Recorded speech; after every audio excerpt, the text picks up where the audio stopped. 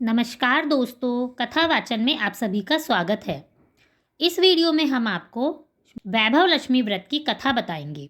लेकिन इससे पहले अगर आपने अभी तक इस चैनल को सब्सक्राइब नहीं किया है तो प्लीज़ इस वीडियो को लाइक और चैनल को सब्सक्राइब जरूर करें और बेल बटन भी ज़रूर दबाएं ताकि हमारी आने वाली वीडियो की नोटिफिकेशन आपको समय से मिल सके। माँ लक्ष्मी आदि शक्ति है और इन्हीं का एक रूप है माँ वैभव लक्ष्मी। माँ वैभव लक्ष्मी इस संसार को बनाने, पालने और संहार करने वाली है। जो कोई भी माँ वैभव लक्ष्मी का सच्चे मन से व्रत करता है और उनसे प्रार्थना करता है तो वो उसे धन, धान्य, ऐश्वर्य, संपदा और संतान सारे सुख देती हैं और अपने भक्तों की सारी समस्याओं का हल माँ बनकर सुलझाती हैं। जो कोई भी पूरी श्रद्धा और विश्वास के साथ माँ वैभव लक्ष्मी का व्रत करता है उसकी सारी मनोकामनाएं पूरी होती है। अगर आप किसी भी समस्या से ग्रसित हैं, नौकरी, व्यापार, रोग, कलेश, मुकदमा, ऋण, निर्धनता से घिरे हो तो आप सच्चे मन से माँ वैभव लक्ष्मी की शरण में आकर उनका व्रत करें, क्योंकि माँ के दरबार से कोई भी खाली हाथ नहीं जाता। वैभव लक्ष्मी का व्रत आप किसी भी शुक्ल पक्ष के शुक्रवार से शुरू कर सकते हैं। इसमें व्रत का संकल्प किया जाता है। यह संकल्प 5, 11, 21, 51 या 101 व्रतों का आप कर सकते हैं। आइए सुनते हैं क्या है माँ वैभव लक्ष्मी की कथा। एक बार एक अर्चना नाम की सुशील और संतोष प्रवृत्ति की स्त्री थी। वह भगवान विष्णु की बहुत बड़ी भक्त थी। वह अपने पति रमेश और परिवार के साथ एक गांव में रहती थी। उसका जीवन सदैव दुखों से घिरा रहता था। एक दिन अर्चना ने अपने पति से गांव छोड़ने की बात कही। फिर वे दोनों बच्चों को लेकर एक बड़े शहर में आ गए। शहर में रमेश ने एक छोटी सी दुकान खोल ली जिससे उसे अच्छी आमदनी होने लगी। यह सब श्री नारायण जी की कृपा का ही फल था। सब कुछ ठीक ठाक चल रहा था, मगर अर्चना को एक ही दुख था कि धनागमन के साथ साथ उसके पति की लालसाएं बढ़ती जा रही थी। उसने अपने कमाए धन को जुए, सट्टे और लॉटरी में लगाना शुरू कर दिया था। ऐसे में अर्चना अपने पति रमेश की लोभ प्रवृत्ति से डरने लगी। वह प्राय उसे समझाती, मगर रमेश पर उसकी बातों का कोई प्रभाव नहीं पड़ता था। एक दिन अर्चना के समझाने पर रमेश ने कहा, अर्चना, अगर हमने इतने बड़े शहर में आकर भी कोठी कार नहीं बनाई तो धिक्कार है हमारे गांव छोड़ने पर। इस पर अर्चना बोली, स्वामी, जब ईश्वर की कृपा होगी तो हम सब चीज़ें खरीद लेंगे। रमेश ने कहा, ईश्वर क्या कृपा करेगा, करमवीर अपने बल पर ही सब प्राप्त कर लेते हैं। पति की ऐसी अहंकार भरी बातें सुनकर अर्चना मन मसोस कर रह गई। फिर तो रमेश के कदम बहकते ही चले गए। उसे जब भी जुए, सट्टे या लॉटरी में नुकसान होता तो वह खूब शराब पीता। इस प्रकार उसका ध्यान अपनी दुकान से हटता चला गया। जो दुकान कल तक लाभ में चल रही थी वह धीरे धीरे हानि देने लगी। इस कारण रमेश प्राय दिन में शराब पी लेता था, जिससे उसकी दुकान पर ग्राहकों का आना कम हो गया। इतना होने के बावजूद रमेश को बुद्धि नहीं आई। उसने घर में पैसे देना बिल्कुल बंद कर दिया। जब अर्चना पैसे मांगती तो काम मंदा होने का बहाना कर देता। दुकान का सारा सामान उधार आता था। जब दुकानदार को रमेश की जुए की लत और शराब पीने का पता चला तो उसने उधार देना भी बंद कर दिया।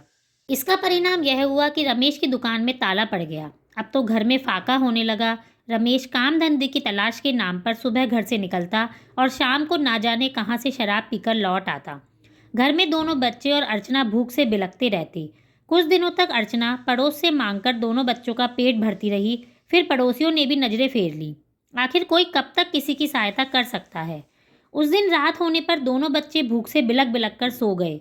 नशे में धुत रमेश भी आकर सो गया, लेकिन दुखी अर्चना घर पर बने मंदिर के सामने बैठकर रात भर आंसू बहाती रही। उसका हृदय बार बार कह रहा था, हे नारायण, आप मुझे किस पाप की सजा दे रहे हैं। हे प्रभु, मेरे परिवार पर आए इस संकट का नाश करो। आज मेरे बच्चे भूख से बिलखते हुए ही सो गए। मेरा पति पथभ्रष्ट हो चुका है। हे लक्ष्मीपति, हमारी रक्षा करो। मेरे पति को बुद्धि दो कि वे सब बुरी आदतें छोड़ दें। इस प्रकार प्रार्थना करते हुए अर्चना कब सो गई उसे पता ही नहीं चला। प्रातःकाल जब उसकी आंख खुली तो देखा कि बच्चे सो रहे हैं और पति नहा धो रहा था। जब अर्चना से रमेश की नजरें मिली तो उसने अपना सिर झुका लिया और फिर कपड़े पहनकर खामोशी से बाहर चला गया। अर्चना पुनः हाथ मुंह धोकर अपने नारायण जी के मंदिर के सामने जा बैठी। चेहरा घुटनों पर टिका लिया और सोचने लगी कि क्या करूं। जब बच्चे उठकर नाश्ता मांगेंगे तो क्या जवाब दूंगी। तभी दरवाजे पर दस्तक हुई। जब अर्चना ने डरते हुए दरवाज़ा खोला तो देखा एक साधु खड़े हैं। साधु ने कहा, कुछ खाने को दो बेटी। अर्चना रोते हुए बोली, महाराज मेरे घर में तो अन्न का एक दाना भी नहीं है और पास में एक फूटी कौड़ी भी नहीं है, मैं आपकी क्या सेवा करूं? इस पर साधु ने बड़े कोमल स्वर में कहा, बेटी तेरे घर में जो धन पड़ा है और तू दुखी है। अर्चना बोली, धन और मेरे घर में? महाराज आप क्यों मुझ अभागी के साथ मजाक कर रहे हैं? मैं सच कह रहा हूँ बेटी, तू अपने घर की दीवार पर टंगी नारायण जी की तस्वीर के पीछे देख, वहाँ तेरा पुराना बटुआ पड़ा है जिसमें कुछ धन है। सुनो, यदि बच्चों को पिता से कुछ लेना हो तो उन्हें माँ की शरण में जाना चाहिए। माँ स्वयं पिता को मना लेती हैं। यह ले। यह कहकर साधु ने अपने झोले में से एक पुस्तक निकालकर कहा, यह माँ वैभव लक्ष्मी व्रत कथा की पुस्तक है। तू माँ लक्ष्मी की शरण में जा, माँ तुझ पर अवश्य ही कृपा करेंगी और तेरा घर धन धान्य से भर जाएगा। अर्चना ने माँ वैभव लक्ष्मी की पुस्तक हाथ में ले ली और बोली, साधु महाराज क्या सचमुच माँ वैभव लक्ष्मी मेरा दुख दरिद्र दूर कर देंगी? साधु ने कहा, बेटी जहाँ माँ वैभव लक्ष्मी की कृपा होती है वहाँ दुख दरिद्रता नहीं ठहर पाते। तू पुस्तक में लिखी विधि के अनुसार माँ का व्रत कर, तेरा उद्धार अवश्य होगा। नारायण नारायण। अर्चना साधु को भूलकर उस पुस्तक को ध्यान से पढ़ने लगी। तभी उसके मन में विचार आया कि यदि घर में धन है तो साधु महाराज को खाली हाथ नहीं भेजना चाहिए, मैं अभी उन्हें कुछ देती हूँ। यह सोचकर जैसे ही उसने नजरें उठाई तो आश्चर्यचकित रह गई। साधु महाराज वहाँ पर नहीं थे, मगर नारायण नारायण के शब्द उनके कानों में गूंज रहे थे। अर्चना सोचने लगी, क्या नारद जी मेरे नारायण का संदेश लेकर आए थे? अवश्य ही यही बात होगी। यह सोचती हुई अर्चना तेजी से पलटकर भीतर गई और दीवार पर टंगी नारायण जी की तस्वीर के पीछे देखा। सचमुच वहाँ उसका एक पुराना पर्स पड़ा था। अर्चना ने उसे खोलकर देखा तो उसमें 100 के कई नोट थे।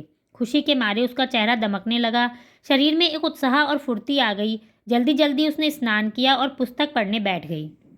पुस्तक में सबसे पहले उसने व्रत के नियम पढ़े। यह पढ़कर उसकी खुशी का ठिकाना नहीं रहा कि माँ वैभव लक्ष्मी का व्रत शुक्रवार से शुरू किया जाता है। संयोग से उस दिन शुक्रवार ही था। उसने नारायण जी के सामने संकल्प किया कि वह माँ वैभव लक्ष्मी के 21 व्रत करेगी। उसके बाद अर्चना बाजार गई और खाने पीने पूजा पाठ का सामान ले आई। इसके बाद अर्चना ने बच्चों को जगाकर नहलाया धुलाया और नाश्ता दिया। फिर पुस्तक में लिखे नियमों के अनुसार माँ वैभव लक्ष्मी के व्रत का संकल्प किया। वह सारा दिन जय माँ वैभव लक्ष्मी का जप करती रही। शाम को उसने विधिवत माँ वैभव लक्ष्मी की प्रार्थना की, पूजा की और कहा, हे माँ, नारायण जी की आज्ञा से मैंने आज आपका व्रत किया है, मेरी मन्नत पूरी करें। मैं मात्र इतना ही चाहती हूँ कि मेरे पति को सद्बुद्धि आए और वे सभी दुर्गुणों को भूलकर फिर से सद्मार्ग पर चलते हुए अपना काम करें। माँ वैभव लक्ष्मी की पूजा और प्रार्थना के बाद अर्चना ने बच्चों को चूरमा आदि का प्रसाद दिया और अपने पड़ोस में बांटा। तब पति की प्रतीक्षा में पलके बिछाकर बैठ गई। रात 8 बजे उसका पति घर आया। अर्चना को यह देखकर सुखद अनुभव हुआ कि वह आज नशे में नहीं था। रमेश ने अर्चना से कहा, आज तो चमत्कार हो गया। ईश्वर की कृपा से मेरी दुकान कल से पुनः चालू हो जाएगी। आज दुकानदार ने मुझे स्वयं बुलाकर कहा, यदि मैं शराब और जुए की आदत छोड़ दूं तो वह मुझे सारा सामान उधार दे देगा। अर्चना, मैंने सौगंध खा ली है, अब मैं जीवन में कभी भी शराब और जुए की तरफ नहीं देखूंगा। यह सब तुम्हारे शुभ कर्मों का ही फल है। अर्चना ने कहा, नहीं स्वामी, यह सब माँ वैभव लक्ष्मी का चमत्कार है। माँ वैभव लक्ष्मी का चमत्कार? रमेश ने आश्चर्य से पूछा। अर्चना बोली, हाँ स्वामी, हम सब माँ वैभव लक्ष्मी की शरण में हैं। आज ही मैंने माँ का व्रत रखा है और माँ सबकी मनोकामनाएं पूरी करती है।